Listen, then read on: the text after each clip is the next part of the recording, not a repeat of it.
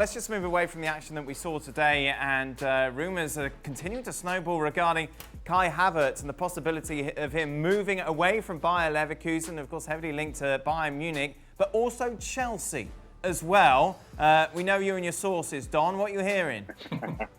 Well, I'll ring David Moyes tomorrow and see if he can afford him. Probably not. Moyes will definitely text me back. And I'll definitely text Jody Morris and Frank, and they will probably text me back after about 1,000 texts that I send them.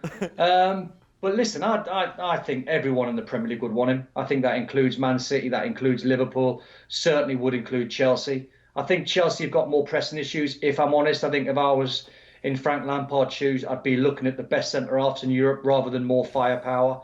But certainly, I love Kai Havertz. I've been watching him for a long time, and every time I watch him, I just see a superstar, see stardust in him. The game comes easy. He's got great height, great balance, gets goals, he gets assists. You know, for one that's really young, he looks like the finished article.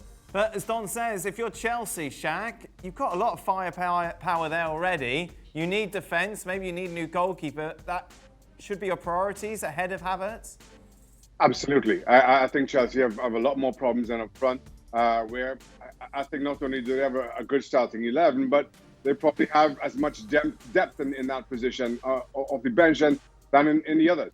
There are far more pressing issues. And I would advise, and Frank, that's where I think they should focus, because ultimately, and we know Abramovich hasn't backed this club and the spending in the way that he'd done previously.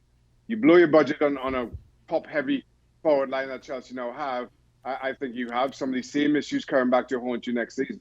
Don't worry, Don will send him a WhatsApp saying that, Shaka. But Stevie, I suppose on the flip side of that, if you can make your squad better by bringing in one of the hottest young talents in Europe, and you have that opportunity, why not?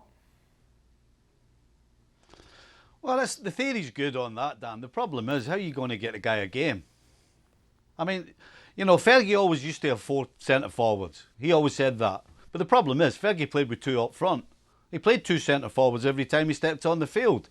Chelsea play with 1 centre-forward, and they've got 4 of them. So, listen, yes, you need competition and you need a good squad, but I think you're setting yourself up for some trouble in the dressing room and having at least 1, maybe 2 of your players disgruntled. Gentlemen, as always, thank you very much. Shaka and Don with me to talk about Italian football and also to talk about Extra Time. You can check that out over on our YouTube channel where they answer some of your tweets.